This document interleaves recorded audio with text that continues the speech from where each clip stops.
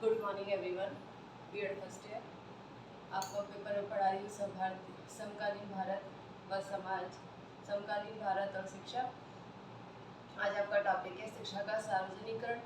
शिक्षा का सार्वजनिकरण, सार्वजनिकरण इस शब्द का अर्थ अगर हम मीनिंग लेते हैं, इंग्लिश में इसको कहते हैं यूनिवर्सलाइजेशन ऑफ एजुकेशन की सार्वजनिकरण या सार्वभौमिकरण, या हम ये कह सकते हैं लोकव्यापीकरण। इसको हम लिख सकते हैं सार्वभौमिकरण, सार्वभौमिकरण,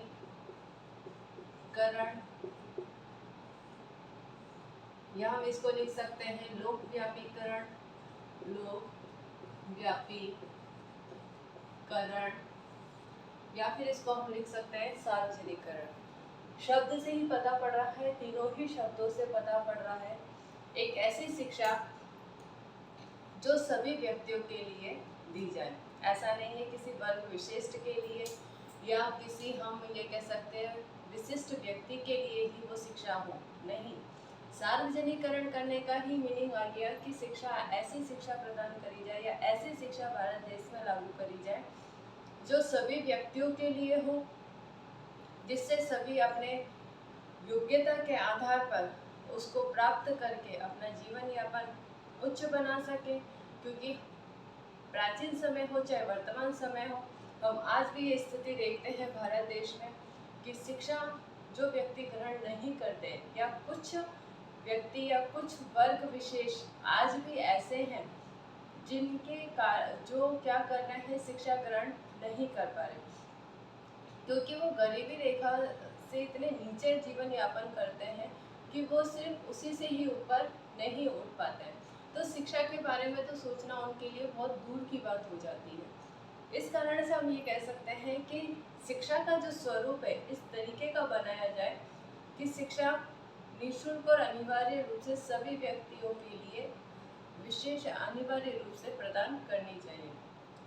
अनिवार्य रूप से प्रदान करने में हम ये कह सकते हैं प्राथमिक शिक्षा महत्वपूर्ण भूमिका निभाती है, क्योंकि प्राथमिक शिक्षा ही वह शिक्षा है जिसको व्यक्ति अगर ग्रहण कर लेता है तो कहीं ना कहीं उसके विचारों में, उसके अनुभवों में, उसकी काबिलियत में कहीं ना कहीं हम ये कह सकते हैं कि सुधार होता है।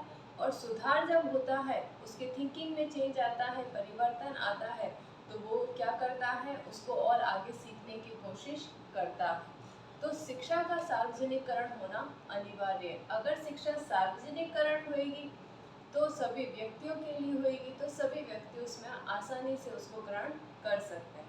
प्राचीन समय में शिक्षा सभी के लिए नहीं थी। हम देखते हैं प्राचीन समय में हम स्थिति देखते हैं तो सिर्फ वर्ग विशेष के लिए, व्यक्ति विशेष के लिए ही शिक्षा होती थी, सभी बालकों के लिए शिक्षा नहीं होती थी। फिर हम धीरे धीरे जब हमने हमारे अम्बेडकर साहब जिन्होंने संविधान लिखा था, उन्होंने भी इस चीज़ को देखा था, सहन भी करा था कि उनको पढ़ना था, लेकिन पढ़ने के लिए उनको विद्यालयों में जब वो जाते थे तो उनके साथ में एक दुर्व्यवहार किया जाता था। तो उन्होंने भी हमारे संविधान में कुछ ऐसे नियम लागू करे कि शिक्षा का सार्वजनिकरण क्यों अनिवार्य है। इसलिए अनिवार्य है क्योंकि सभी व्यक्तियों को समानता, स्वतंत्रता, राष्ट्रीय एकता, हम ये कह सकते हैं धर्मनिरपेक्षता आदि चीज़ों के लिए या आदि बातों को मानने के लिए उन्हें शिक्षा अनिवार्य रूप से प्रदान करनी चाहिए।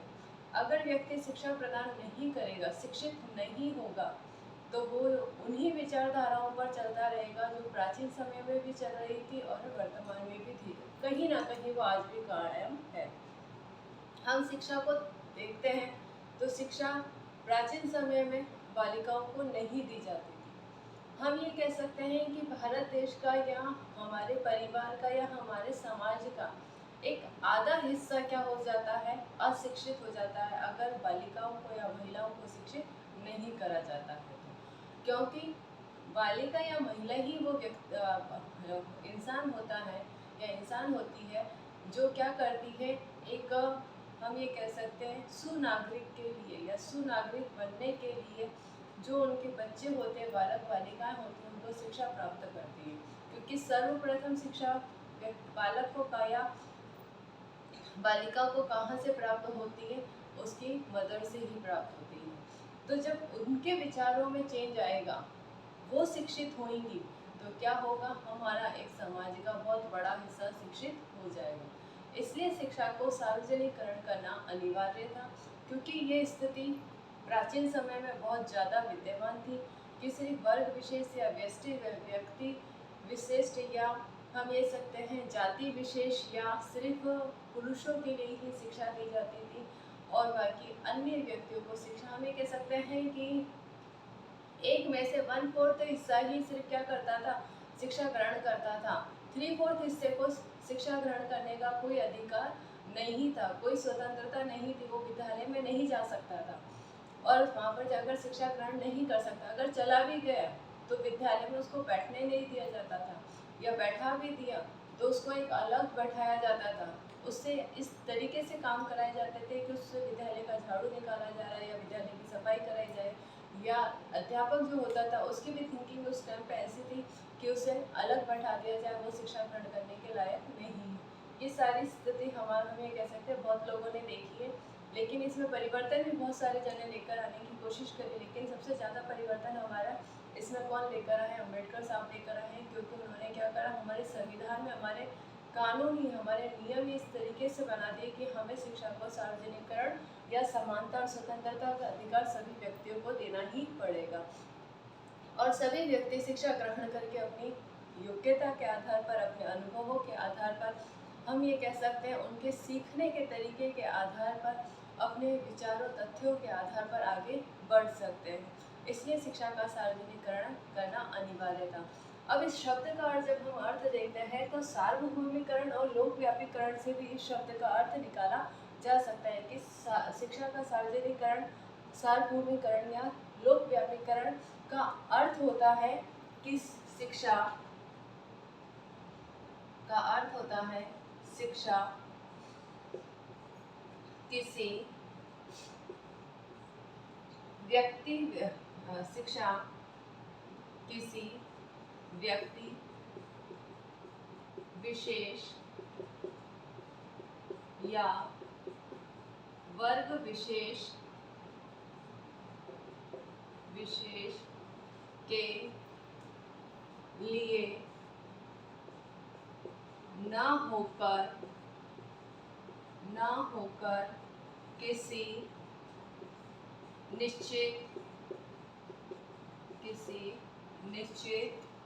किसी निश्चित स्तर तक सभी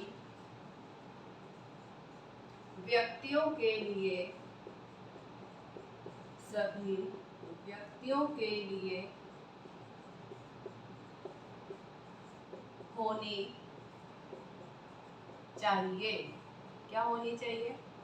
शिक्षा क्या होनी चाहिए? शिक्षा किसी व्यक्ति विशेष या वर्ग विशेष, इसका हम अर्थ मीनिंग निकालते हैं तो इसका मीनिंग क्या हम लिख सकते हैं कि शिक्षा किसी व्यक्ति विशेष या वर्ग विशेष के लिए ना होकर किसी निश्चित स्तर तक सभी व्यक्तियों के लिए होनी चाहिए।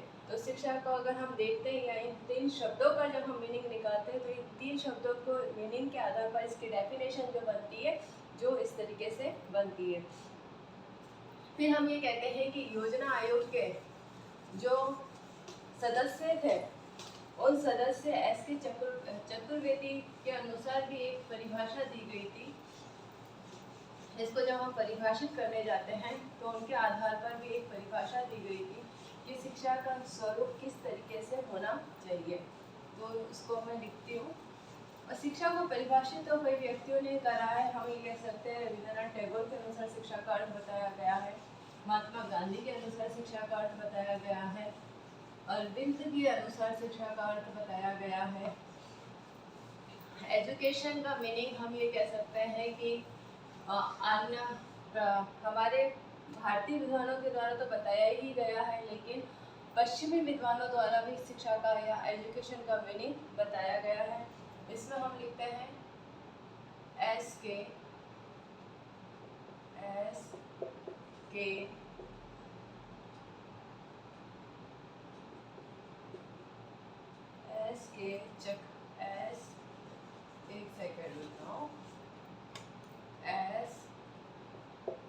चक्रवर्ती कौन थे ये? योजना आयोग के अध्यक्ष सदस्य थे, चक्रवर्ती के अनुसार सामाजिक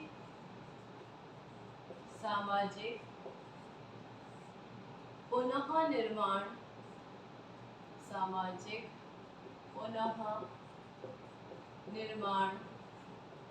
करने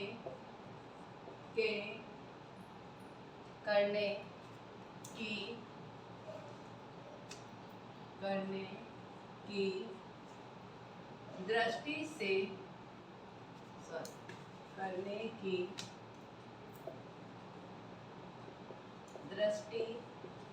से जिसके लिए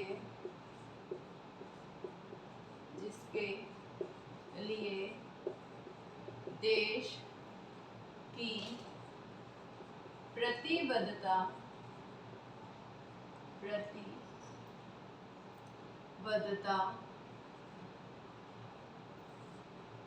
है। प्राथमिक शिक्षा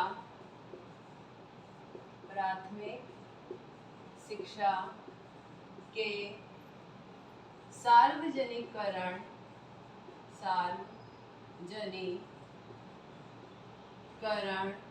निसंदेह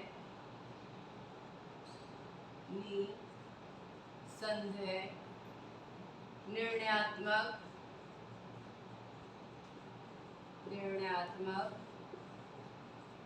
महत्व है।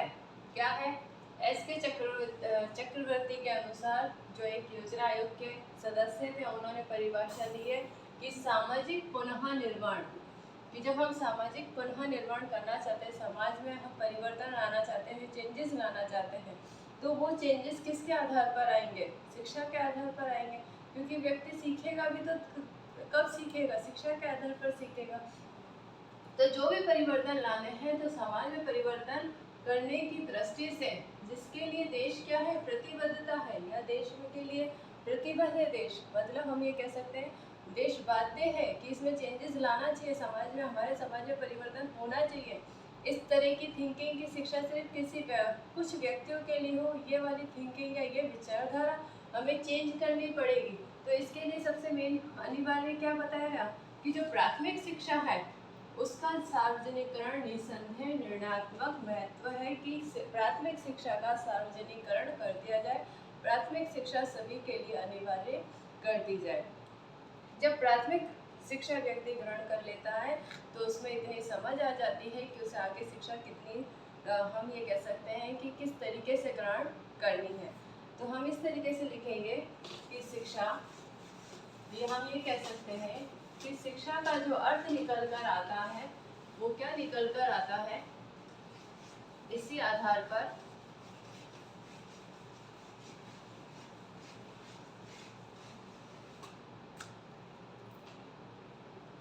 शिक्षा के लिए ऐसे प्रयास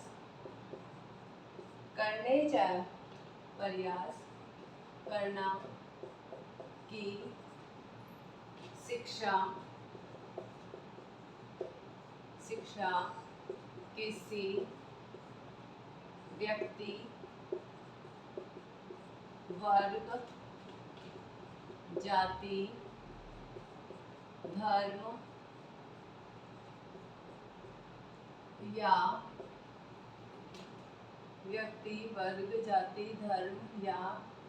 राज्य विशेष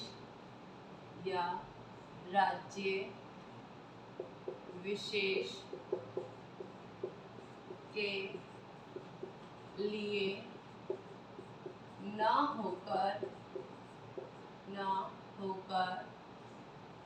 सार्वभौमिक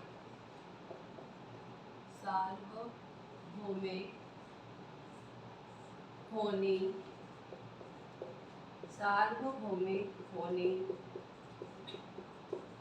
चाहिए। क्या होनी चाहिए? अगर हम परिभाषा और उसके अर्थ के आधार पर देखें तो लास्ट में उसका मीनिंग जो निकल कर आता है वो क्या निकल कर आता है कि शिक्षा के लिए हमें ऐसे प्रयास करने हैं या प्रयास करना कि शिक्षा किसी भी व्यक्ति, वर्ग, जाति, धर्म या राज्य विशेष के लिए ना होकर सार्वभौमिक होनी चाहिए। अब इसके हम ये ले सकते कहते हैं कि शिक्षा के सार्वजनिकरण के महत्व की शिक्षा को सार्वजनिकरण करने का क्या महत्व है, क्या कौन से महत्व के लिए शिक्षा को सार्वजनिकरण करा जाना अनिवार्य है। क्योंकि ये अभी तो हो चुकी है, वर्तमान समय में तो हम देखते हैं कि निःशुल्क अनिवार्य शिक्षा जो हो चुकी है कि 6 से 14 वर्ष के बालकों के लिए प्राथमिक जो शिक्षा है वो निःशुल्क अनिवार्य है। उसमें सभी बालकों को क्या मिलता है, मिड डे मील भी मिलता है, पोशाक भी मिलते हैं, कपड़े भी मिलते हैं, ड्रेसेस भी मिलती हैं। फिर हम ये कह सकते हैं कि उनको बुक्स भी फ्री मिलती है और घर घर जाकर अध्यापक उनको विद्यालय से जोड़ने की कोशिश करता है। गवर्नमेंट हम ये कह सकते हैं जो अध्यापकों को घर घर जाकर हम बालकों के अभिभावकों से मिलता है, उनसे मिलने के बाद क्यों बालक नहीं आ रहा है, क्या कारण है, उसको विद्यालय क्यों भेजना चाहिए, इन चीज़ों को अध्यापक समझाता है। तो ये सारी ही जो चीज़ें या जो परिवर्तन चेंजेस लाए गए हैं कहीं ना कहीं वो प्राथमिक शिक्षा को आगे बढ़ाने का कार्य कर रहे हैं। तो अब शिक्षा के सार्वजनिकरण के महत्व क्या होंगे? समानता, स्वतंत्रता, समानता, स्वतंत्रता, सामाजिकता, राष्ट्रीयता,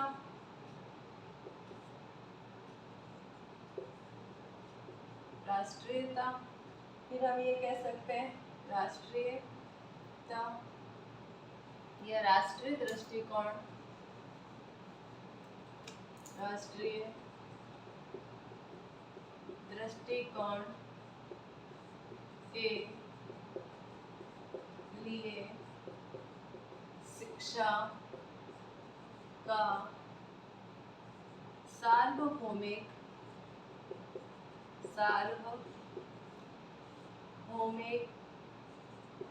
होना अनिवार्य है।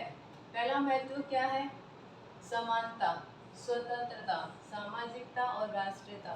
सभी व्यक्तियों को समानता मिलनी चाहिए, समान हक मिलना चाहिए, स्वतंत्र होने चाहिए अपने विचारों को व्यक्त करने की, उनको स्वतंत्रता होनी चाहिए या उनको जिस तरीके से व्यक्ति या वर्ग विशेष हम ये कह सकते हैं व्यक्ति जीवन यापन कर रहे हैं उसी तरीके से उनको भी अपना जीवन यापन करने की स्वतंत्र रूप से हम ये कह सकते हैं कि उनको स्वतंत्रता होनी चाहिए। सामाजिकता, समाज में रहने की स्वतंत्रता होनी चाहिए।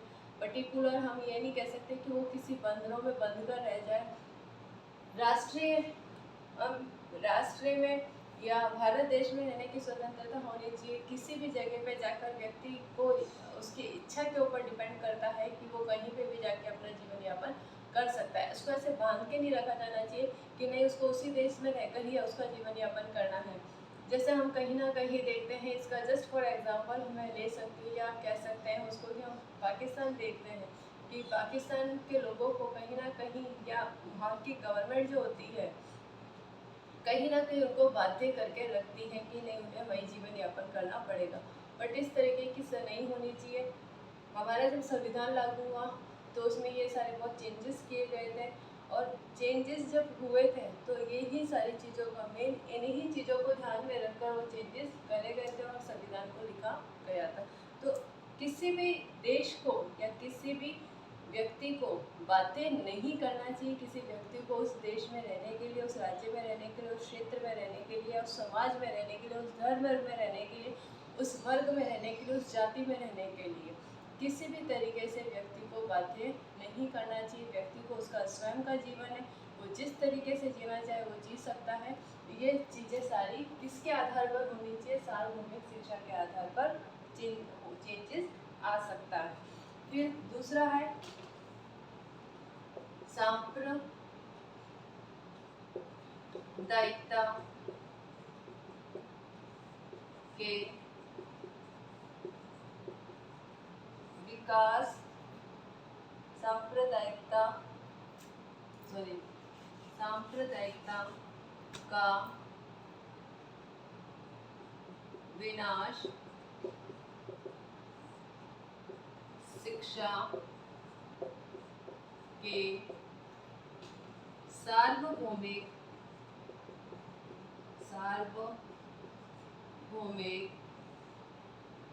द्वारा संभव है। क्या है? सांप्रदायिकता का विनाश, कि व्यक्ति किसी संप्रदाय या विशेष किसी चीजों से नहीं जुड़ा हो, इस चीज का अगर हमें विनाश करना है तो उसको खत्म करने के लिए शिक्षा का सार्वभौमिक होना अनिवार्य है। फिर तीसरा हम ले सकते हैं, या तीसरा महत्व है जनतंत्र को सफल बनाने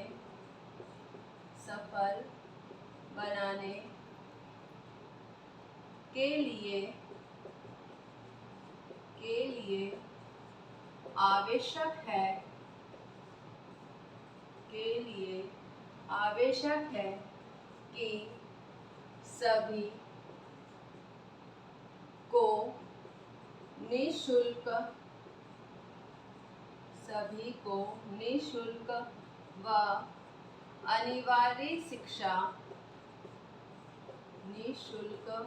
अनिवार्य शिक्षा प्रदान की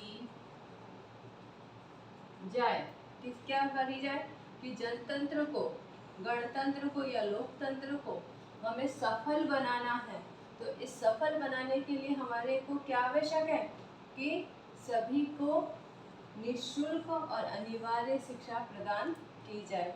फिर हम फोर्थ पॉइंट लेंगे, फोर्थ महत्व लेंगे कि जो हमारा राजनीतिक आधार पे भी हम ये कह सकते हैं कि राजनीतिक दृष्टि से, या हम कह सकते हैं कि राजनीतिक भावना से या राजनीति में जागरूकता लाने के लिए, उसके लिए भी हमें शिक्षा का सार्वभौमिकरण करना अनिवार्य है।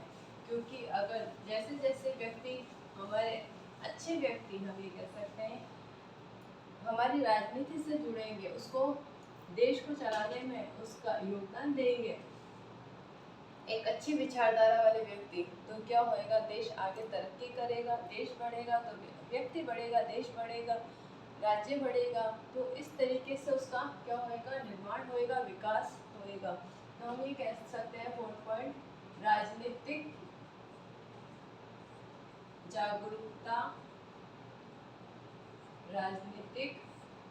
जागरूकता के लिए शिक्षा का सार्वभौमिकरण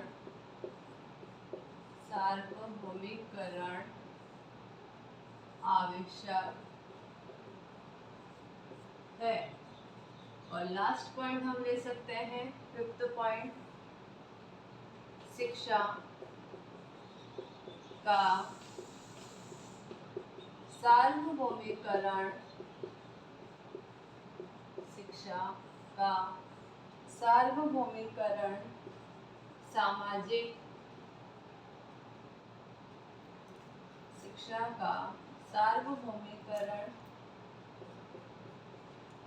सामाजिक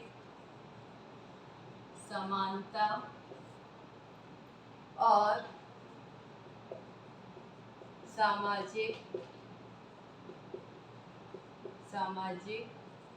न्याय के लिए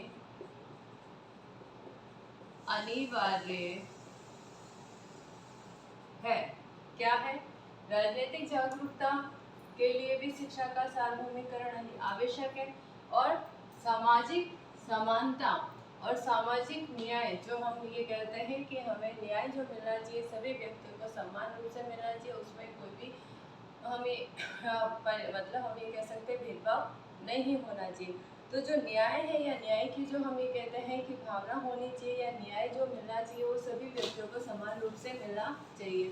तभी तो हमारे देश में इतने सारे न्यायालय बने हैं कि कोई भी व्यक्ति, चाहे वो किसी भी धर्म, जाति या हम ये कह सकते हैं वर्ग, समाज, किसी देश, राज्य, किसी से भी हम ये कह सकते हैं संबंधित हो, लेकिन वो कहीं किसी भी न्यायालय में जाकर और अपना उसके साथ में अगर कोई दुर्व्यवहार हुआ है तो उसके खिलाफ वो ये क्या कर सकता है, याचिका कर सकता है।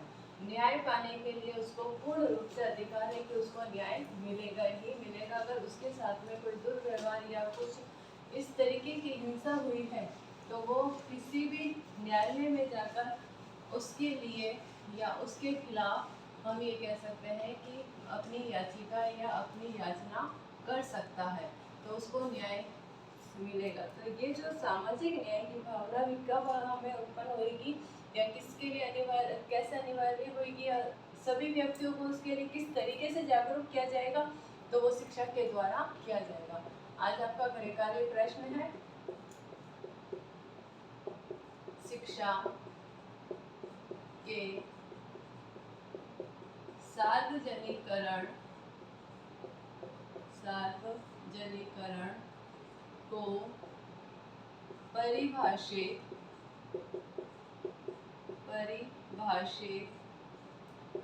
करते हुए इसके महत्वों का वर्णन कीजिए। ये आपका गृह कार्य प्रश्न है। घर पे रहिए, सुरक्षित रहिए, जब भी घर से बाहर जाए मास्क लगा के जाए और सोशल डिस्टेंसिंग का पालन करें। Thank you.